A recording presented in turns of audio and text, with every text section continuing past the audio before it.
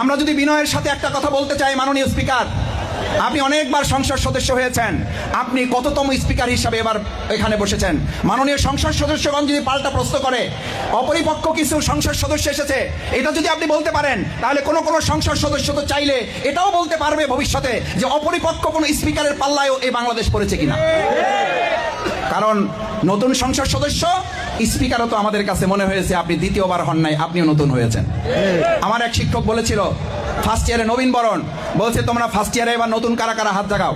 আমরা সবাই হাত জাগাইছি নবীন বরণ অনুষ্ঠান। এবার উনি হাত জাগাবার বলছে এই পৃথিবীতে তোমরা প্রথম কে কে আসছো। তা আমরা একটু অবাক হয়েছি যে প্রথম আসছে কারা, তার পরের প্রস্তুত হবে দ্বিতীয়বার আসছে কারা, এটা জিজ্ঞেস করবে। বলছে পৃথিবীতে প্রথম কারা আসছো তারা হাত জাগাও। আমরা সবাই হাত জাগাইছি, আমরা তো প্রথম, এর আগে তো আর কোনোদিন আসি নাই।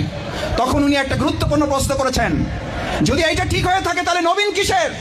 বিশ্ববিদ্যালয়ে ভর্তি হয়েছে, এখন থেকে তোমাকে মনে করতে হবে এই বিশ্ববিদ্যালয়ে তুমি ছাত্র না, এই বিশ্ববিদ্যালয়ে একসময় তুমি ভাইস চ্যান্সেলর হওয়ার যোগ্যতা তুমি অর্জন করতে পারবা। এই সাহস দিয়ে তোমাকে চলতে হবে। সুতরাং নতুন পুরাণের বক্তব্য এর আগে আমরা শুনেছি।